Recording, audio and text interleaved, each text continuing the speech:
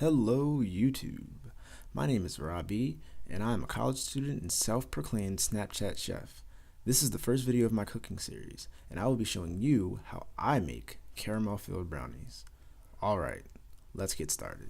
For this recipe, I'm using 2 boxes of store-bought brownie mix. For the most part, follow the directions in the box to prepare the mix, but I use canola oil instead of vegetable oil. If you want to use vegetable oil, that's fine too. There isn't a huge difference in taste or texture. I didn't show it here, but I used 2 eggs instead of 4 because I prefer fudge-like brownies and they work better with added caramel.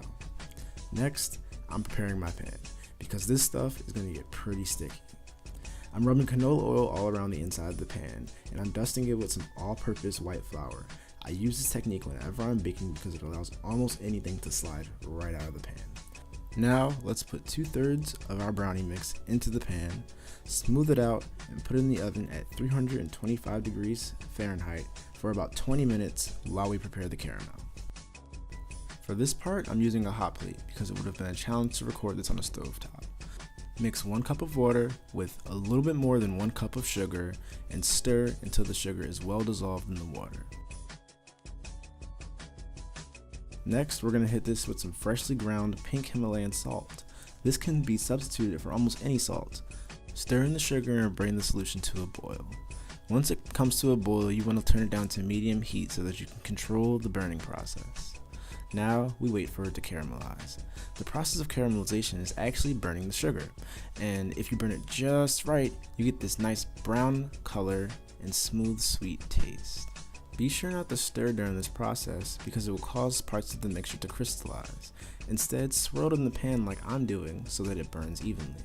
Once you have the desired brown color, add in 1 cup of heavy whipping cream to stop the caramelization process. Now, we must wait for it to thicken.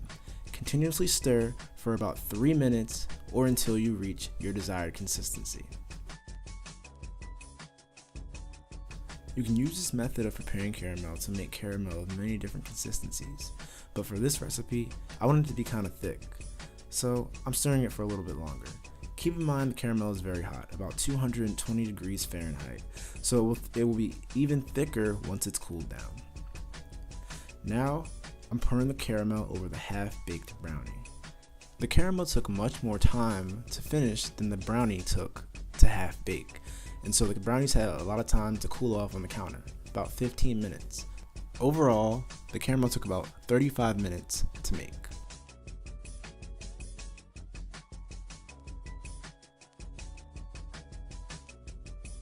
After the caramel is smoothly over the surface of the half-baked brownie, get the rest of the brownie mix and gently spoon it over the surface, like so.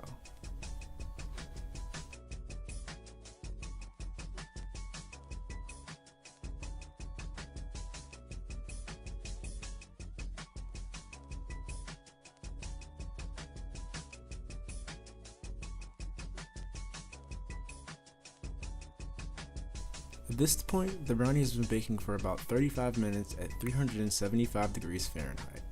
Now, we're going to insert a toothpick and make sure that it comes out relatively clean. The toothpick will never come out completely clean because the caramel will always stick to the toothpick, but you should ensure the brownie is completely cooked. Let's cover this and let it sit for about an hour before cutting and serving. Alright, at this point, it's been sitting for about 30 minutes, which isn't an hour, but it should be fine. I'm going to cut it into 20 evenly sized squares because these brownies are pretty thick.